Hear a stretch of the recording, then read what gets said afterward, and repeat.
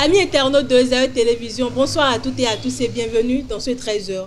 Au sommaire de l'actualité à Perere et Ndali, les autorités locales fixent désormais la dot entre 40 et 250 000 francs CFA, une mesure qui divise les citoyens de Parakou. L'Américain Robert Francis Prevost devient le 267e pape sous le nom de Léon XIV. Il est le premier pape originaire des États-Unis. En sport, le Bénin entame la deuxième phase de présélection pour la CAN 2025 avec des entraînements et matchs amicaux à partir du 12 mai. Plus de détails dans ce 13h.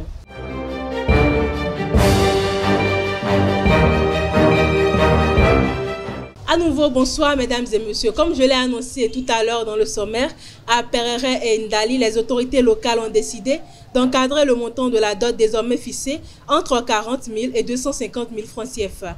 Une mesure qui suscite débat et réaction. Qu'en pensent les citoyens de Parakou? Divergence d'idées au micro de Elisabeth Iladja Elvi Kongbeto. Déjà, la dot, c'est une tradition pour nous, Africains. Et ça sert à témoigner aux parents quand même la reconnaissance pour avoir gardé leur fille dans certaines conditions et tout.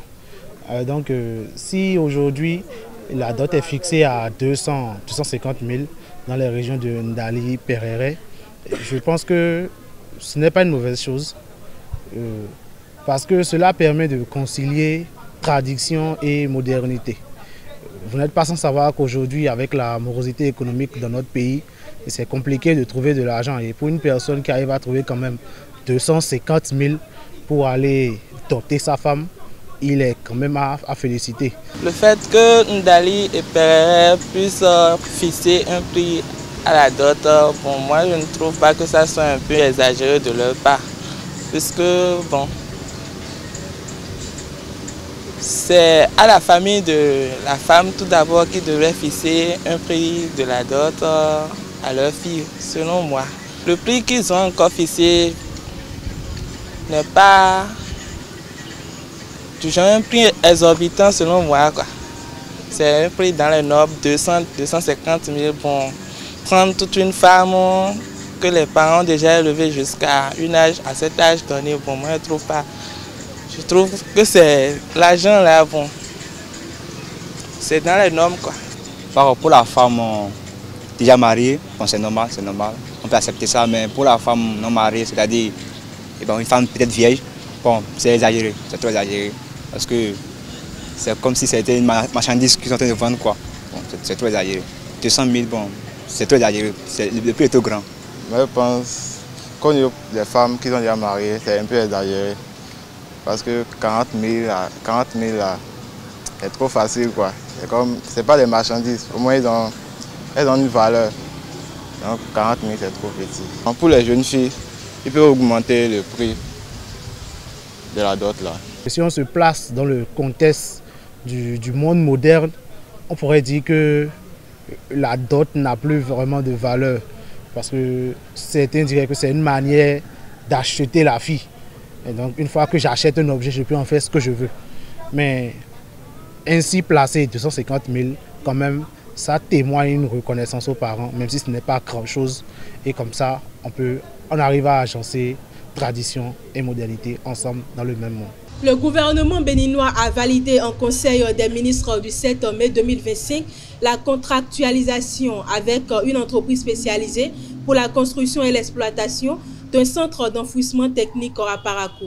Cette infrastructure vise à optimiser la gestion des déchets dans la cité des Kobourou. Elle s'inscrit dans la continuité des actions menées par la Société de gestion, autant pour moi, des déchets et de la salubrité, SGDS, active dans la ville depuis octobre 2023, notamment à travers le désensablement, le piquetage et le désherbage des voies publiques. Des études préalables et le recrutement de PME pour la pré-collecte ont également été engagés pour un dispositif adapté aux réalités locales. Le consortium Mbani a organisé ce jeudi 8 mai 2025 à Parakou un atelier d'orientation à l'intention des 15 coachs nouvellement recrutés dans le cadre du programme d'appui à l'égalité de genre, phase 1, PA EG1. Venus de la Takora, de la Liborie et du Borgou, les participants ont été édifiés sur leur rôle, ont validé leur cahier des charges et amendé leur accord de coaching.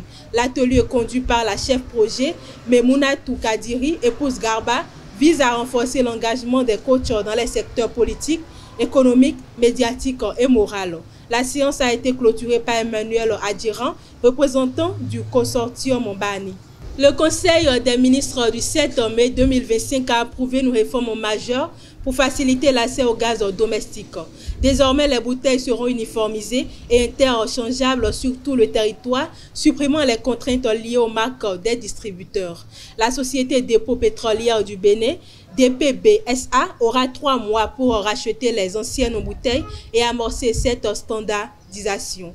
La réforme prévoit aussi l'introduction de bouteilles de 1,5 kg et pour les ménages à faible revenu. En parallèle, le gouvernement a instauré des exonérations fiscales sur les équipements liés au gaz domestique, valables jusqu'au 31 décembre 2025. À l'international, l'Église catholique a un nouveau souverain pontife. Ce jeudi 8 mai 2025, les cardinaux électeurs ont porté leur choix sur l'Américain Robert Francis Prévost, qui devient le 267e pape de l'histoire sous le nom de Léon XIV. Né à Chicago en 1955, il est le premier Américain à accéder à cette fonction.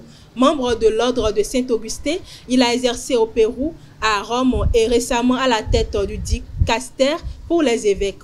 Il succède au pape François, décédé le 21 avril 2025.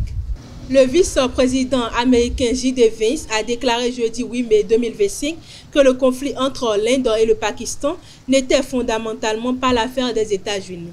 Interrogé sur Fox News, il a toutefois appelé à une désescalade des tensions tout en excluant toute implication militaire américaine dans ce différend régional. En sport, la deuxième phase de présélection des joueurs de l'équipe nationale de mini-football du Bénin démarre ce lundi 12 mai 2025. Après une concertation stratégique avec le président de la fédération, Germain Wanvouengbe, les joueurs reprennent les entraînements ponctués de matchs amicaux. À l'issue de cette phase, 15 joueurs seront retenus pour défendre les couleurs nationales à la CAN de mini-football prévue du 14 au 27 juillet en Libye, où le Bénin évoluera dans le groupe B, aux côtés du Maroc, du Ghana et de la Tunisie. Et pour finir, le Bénin a été désigné pays hôte de la Coupe UFOAB Dames Senior prévue du 3 au 16 novembre 2025, selon le calendrier réaménagé de l'Union des fédérations ouest-africaines de football zone B. Les détails sur les villes et stades retenus seront communiqués ultérieurement. D'autres compétitions régionales auront également lieu, notamment au Ghana, Côte d'Ivoire, au Nigeria, autant pour moi, et au Burkina Faso. C'est tout pour ce 13h. Merci de m'avoir suivi. À très bientôt.